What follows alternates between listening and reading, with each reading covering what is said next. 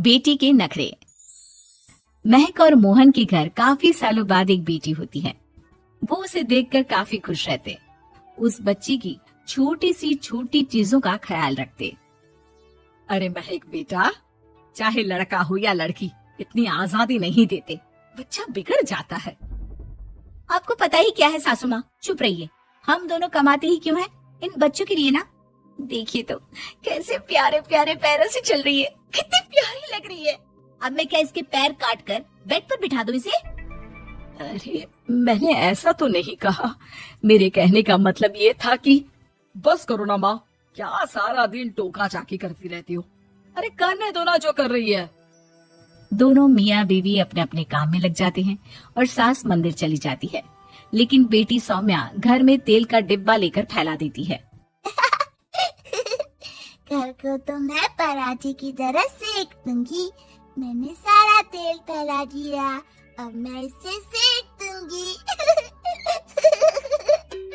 महक कमरे में आती है जहाँ सारे तरफ तेल ही तेल फैला हुआ होता है। अरे मोहन देखो तो, अपनी छोटी सी बच्ची की हरकत, पूरे घर में तेल फैला दिया। मोहन भी आकर हंसने लगता है। छोटी सी सौम्या को लगता ही नहीं कि उसने कोई गलत काम किया है। वो भी खुश हो जाती है। अब तो आए दिन वो कोई ना कोई नया नुकसान करती। कभी टूथपेस्ट गिरा देती तो कभी डिटर्जेंट। हालत ये थी कि घर का राशन किसी किसी महीने तो 2 बार भरना पड़ता। रोज ये कोई ना कोई नुकसान करके खड़ी होती है। अरे तो क्या हो गया माँ जी, बच्ची है, बच्चों वाले काम ही करेगी ना। आप बिना पता नहीं क्यों उसी के पीछे पड़ी होती हैं। धीरे धीरे सौम्या बड़ी होती है। एक दिन, माँ देखो दरवाजा खोलो, वो ऑनलाइन मैंने जीन्स मंगवाई थी, वो आई होगी। 3000 दे देना और पैकेट ले लेना। 3000? ऐसी कैसी जीन्स है बेटा, ये तो बहुत बड़ा अमाउंट है। माँ फालतू बात थोड़ा कम ही किया करो और जल्दी जाओ, वरना समझ लो खाना नहीं खाऊंगी मैं आज सारा दिन। सास वहीं खड़ी सब देख रही थी, लेकिन अब तो उन्होंने भी बोलना छोड़ दिया था। अब तो आए दिन सौम्या के खर्चे बढ़ते ही जा रहे थे। कभी महंगी ड्रेस तो कभी दोस्तों के साथ पार्टी। पैसे दे दो तो ठीक, ना दो तो घर में कलेश। ये सब तुम्हारे ही कारण हुआ है। देख रही हो कैसी हरकतें हो रही है इसकी। रात के 8 बज गए हैं लेकिन महारानी जी घर पर है ही नहीं। तभी सौम्या पड़ोस की लड़की के साथ वहाँ आती है।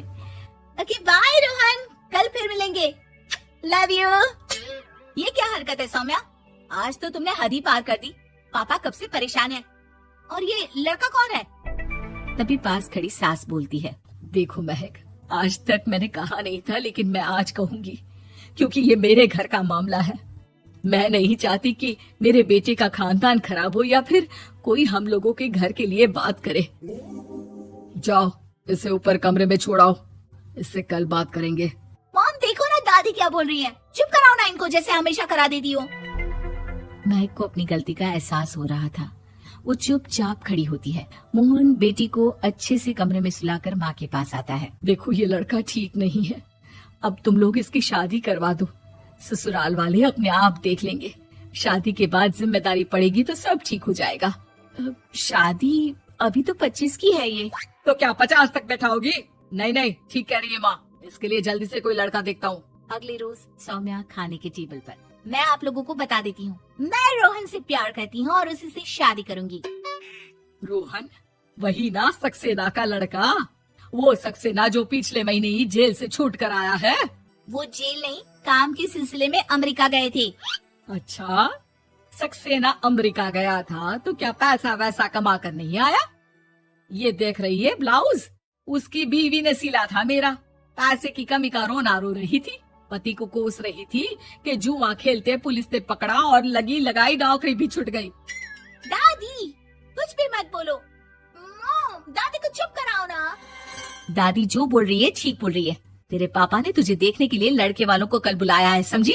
अगले रोज लड़के वाले सौम्या को देखने आते हैं और उसकी शादी मयंक से हो जाती है। शादी के बाद सौम्या मायके आती है। वाह माँ, कितनी अच्छी शादी कराई है आप लोगों ने मेरी, लेकिन मुझे कुछ दिन और यहाँ रहना है। अरे बेटी ये तेरा ही तो घर है, जितनी मर्जी रहे। और क्या, दमाजी कैसे है? अरे वो मयंक नहीं आया, कल शादी, आज तो अकेले, सब ठीक तो है ना? महक एक बार फिर सास पर चढ़ बैठती है। अब बस करिए ना माँ जी, अब तो ज्यादा ही हो रहा है। माना आपकी कुछ बातें मैंने नहीं मानी, लेकिन अब ये मेरी बेटी मायके आई है तो क्या उसका मतलब यही कि वो लड़कर आई है? हाँ पीना। सौम्या दादी की तरफ देखकर मुस्कुरा देती है, जैसे उन्हें चिढ़ा रही हो। दादी, मैं लड़का नहीं बल्कि ये बता कर आई हूँ कि मुझे कुछ दिनों के लिए यहीं रहना है, माँ के पास। मेरा मन धीरे धीरे ही तो ससुराल में लगेगा। अब अगर आप बोलती है तो चली जाती हूँ मैं। अरे नहीं नहीं बेटी, ये मतलब नहीं था तेरी दादी के बोलने का। सौम्या कमरे में चली जाती है और अगले ही पल जींस टॉप पहनकर बाहर आती है। माँ, मैं ना अपनी सहेली के घर जा रही हूँ, आने में देर हो जाएगी, खाना मैं वहीं खा लूंगी। सौम्या सहेली के घर चली जाती है। अरे सौम्या ससुराल से आई है, कहीं दिखाई नहीं दे रही। वो सहेली के घर गई है, काफी दिनों बाद बच्ची का मन कर गया होगा। महक, रहने दे अब, इतना हल्के में ना ले। लड़की अब किसी और की अमानत है, घर में इतनी देर से आएगी तो लोग क्या कहेंगे। और होता भी ऐसा ही है। दरवाजे में पुलिस आती है जिसके साथ सौम्या होती है। ये आपकी बेटी है? जी जी, लेकिन क्या हो गया? पापा, मैं और रीना घूम रहे थे तो रोहन वहाँ आ गया। उसने मेरे गहने खींचने की कोशिश की, जब मैंने नहीं दिया तो मुझे धक्का मारकर मेरे गहने ले लिए। पापा, मुझे माफ कर दो, मुझे ना मयंक के पास जाना है, आप उसे फोन कर दो, वो मुझे ले जाएगा। दादी आप ठीक कहती थी, वो अच्छा लड़का नहीं है। कोई बात नहीं बेटा, मयंक का फोन आया था, उसे तेरी याद आ रही थी, लेकिन वो तुझे भी अपनी जिंदगी जीने से नहीं रोकना चाहता था। मैं उसे बोल दूंगी कि वो कल तुझे लेने आ जाए। अगले दिन, चलो सौम्या, मैंने आज रात की फिल्म की टिकट और 5 स्टार होटल में खाने के लिए टेबल बुक कर दी है। फिर क्या, सौम्या खुशी खुशी अपने ससुराल चली जाती है और महक को बड़ों के सीख की कीमत का पता चल जाता है।